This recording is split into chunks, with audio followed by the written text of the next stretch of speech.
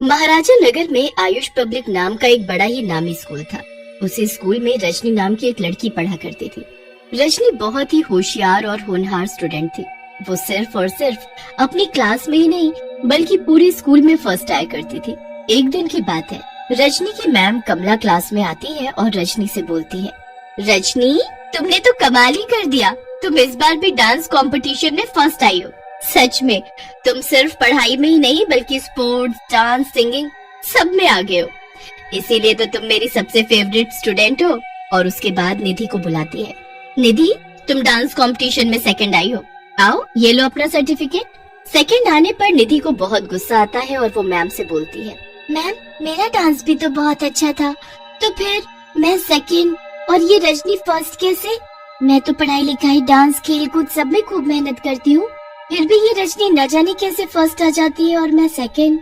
निधि बेटी मैं जानती हूँ कि तुम भी सभी कार्यों में होशियार हो, पर थोड़ा बहुत ऊपर नीचे तो होता रहता है। तुम और मेहनत करो तो हो सकता है कि अगली बार तुम भी रजनी की तरफ फर्स्ट आ जाओ। अरे हाँ, रजनी से याद आया कि 2 दिन बाद तो रजनी का बर्थडे है। जी मैम, और हर बार की तरह इस बार भी मैं अपना बर्थडे अपनी क्लास में बड़े ही धूमधाम से मनाऊंगी। तभी निधि अपने साथ बैठी अपनी फ्रेंड टीना से कहती है, अरे कुछ दिनों बाद तो मेरा भी बर्थडे आने वाला है, पर कमला मैम को तो बस इस रजनी का बर्थडे याद है, और वो भी क्यों ना ये मैम की फेवरेट स्टूडेंट जो ठहरी। जब देखो हर टाइम बस रजनी रजनी करती रहती है। इस रजनी की वजह से मैम मेरी तरफ ध्यान ही नहीं देती। इस रजनी की वजह से ही मैं हर बार फर्स्ट आने से रह जाती हूँ। सही कहा तूने निधि, जब से ये रजनी हमारी क्लास में आई है तब से तेरा तो पता ही साफ हो गया है। और वैसे भी तेरे बर्थडे से ज्यादा बढ़िया तो रजनी का बर्थडे केक आता है, और तेरा तो। तभी लंच ब्रेक हो जाता है। सभी स्टूडेंट लंच के लिए बाहर ग्राउंड में जाते हैं।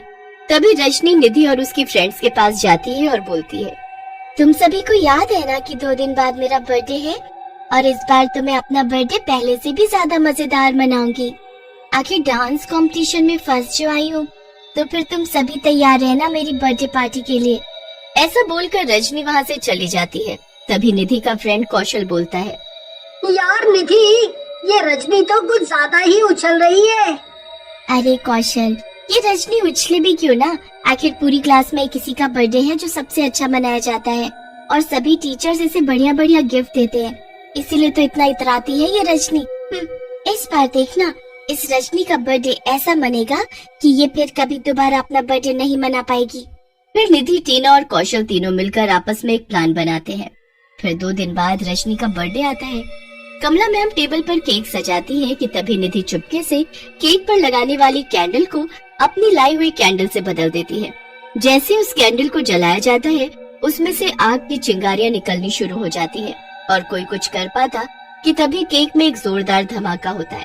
उस धमाके की वजह से रजनी के फेस पर बहुत बुरा असर होता है और वो बेहोश होकर वहीं गिर पड़ती है।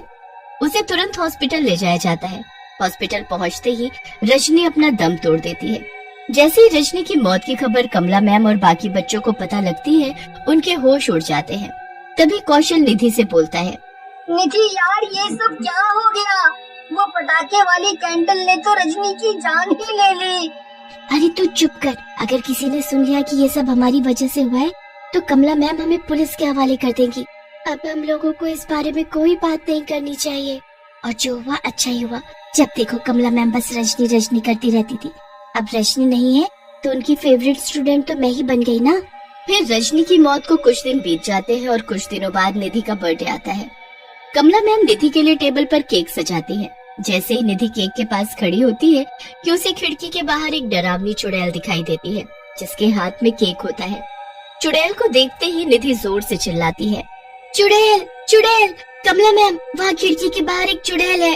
पर हमें तो वहाँ कोई चुड़ैल दिखाई नहीं दे रही निधि, चलो अब केक काटो। निधि केक कट करती है, पर उसका ध्यान उसी केक वाली चुड़ैल पर होता है। लंच टाइम में निधि टीना और कौशल के साथ ग्राउंड में खेल रही होती है कि उसे फिर से वही चुड़ैल दिखाई देती है। चुड़ैल हाथ में केक लिए एक पेड़ के पीछे खड़े होकर निधि को आवाज लगाकर अपनी ओर आकर्षित करती है। निधि उस चुड़ैल की आवाज से आकर्षित होकर चुड़ैल के पास पहुंच जाती है। ये क्या निधि, तुमने मेरे बिना ही अपना बर्थडे मना लिया, ये तो तुमने बिल्कुल ठीक नहीं किया। मैं यहाँ कैसे आ गई? और तुम तुम मेरे पीछे क्यों पड़ी हो? जब तक मैं तुम्हारा बर्थडे नहीं मना लेती तब तक तो मैं तुम्हारा पीछा नहीं छोड़ने वाली। जरा देखो तो सही, मैंने तुम्हारे लिए कितना अच्छा केक लाया है। इन्हें खाते ही तुम्हारे पेट में दिवाली बन जाएगी। फिर चुड़ैल जबरदस्ती निधि को सारा केक खिला देती है।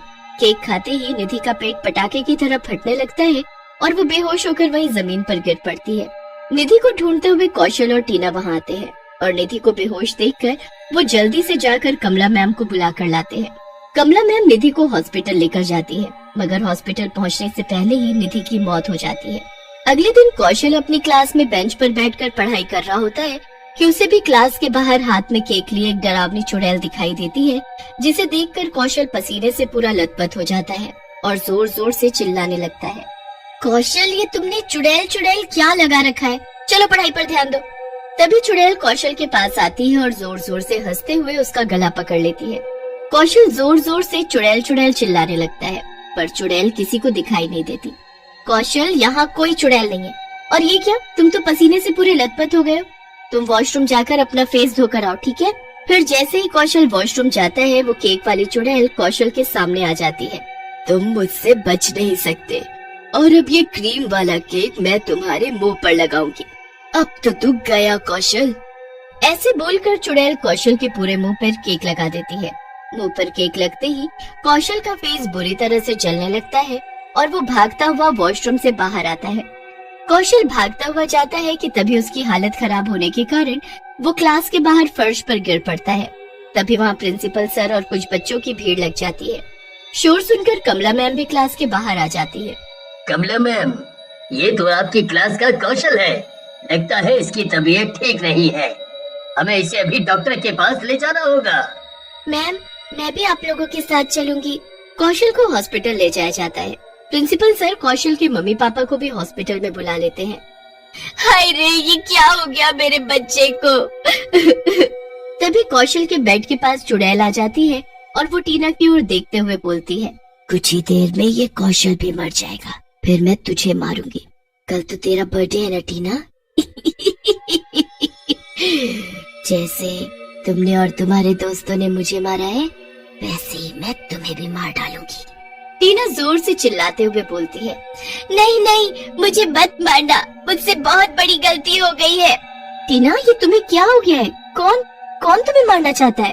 फिर टीना सब समझ जाती है कि ये चुड़ैल कोई और नहीं रजनी है। फिर टीना कमला मैम को सब बता देती है। तभी कमला मैम चुड़ैल को आवाज लगाती है, रजनी, रजनी, हमारे सामने आओ। मैं जानती हूँ कि तुम्हारे साथ जो हुआ वो बहुत ही गलत हुआ। कमला की बात सुनकर रजनी चुड़ैल के रूप में सबके सामने आ जाती है। नहीं छोड़ूंगी, मैं इस कौशल को भी मार डालूंगी और फिर इस टीना को भी मार डालूंगी।